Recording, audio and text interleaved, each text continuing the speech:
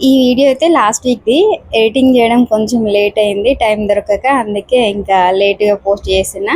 Matter ఏంటంటే, ఒక client original ఫ్రూట్తో facial కావాలి, వస్తాను టుడే, ఇంకా నాకు రెడీ చేసి పెట్టండి అనింది. సరే అని చెప్పేసి నేను స్మార్ట్ పాయింట్కి వెళ్ళి ఫ్రూట్స్ అని తీసుకున్నాను.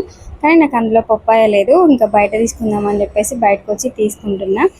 అక్కడ అమ్మాయి అంకుల్ ఉన్నాడు కదా, పప్పాయ అమ్మాయి అంకుల్. ఆ అంకుల్ నా వీడియోలే చూస్తున్నాడంట, చూపిస్తున్నాడు, ఇది నువ్వే కదమ్మా అని చెప్పేసి. నాకైతే అసలు భలే అనిపించింది, అదో రకమైన హ్యాపీ ఫీలింగ్ అనిపించింది. ఎందుకంటే నా వీడియో నాకు చూపించి ఇది నువ్వే కదమ్మా అనేసరికి ఎందుకో కొంచెం మంచి ఫీల్ అనిపించింది. ఇంకా తీసుకొని ఇంటికైతే వచ్చేసిన. ఏందో అసలు షాపింగ్ మాల్లో వేలకు పెట్టి బిల్లు చేసి షాపింగ్ చేసాం, కానీ అసలు ఒక 10 రూపాయలు పెట్టి కవర్ కొనడానికి మాత్రం ఆనందించదు మన లేడీస్కి. తీసుకునేవన్నీ డిక్కీలో పడేసి డిక్కీలోనే తీసుకొని వచ్చిన కవర్ కొనలేక.